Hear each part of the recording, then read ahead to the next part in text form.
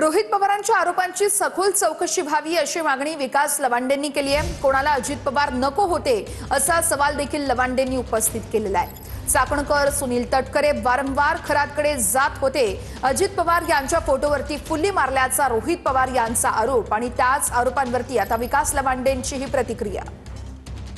अशोक खरात यांनी अजित पवार यांच्या फोटोवरती फुल्ली मारत खरतर पूजा केलेली होती अशा पद्धतीचा दावा रोहित पवार यांच्याकडनं करण्यात येतोय। किती गंभीर हे प्रकरण आहे एखाद्याच्या फोटोवरती फुल्ली मारून पूजा करणं?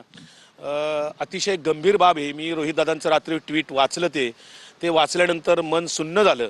कारण आपण अनेक सिनेमामध्ये पाहतो की गुन्हेगारी जगतामध्ये एक मोठा गँगस्टर असतो आणि तो त्याला नको असलेल्या लोकांच्यावर फुल्या मारत असतो, एकेकाला फुली मारत तो त्याला संपवत असतो।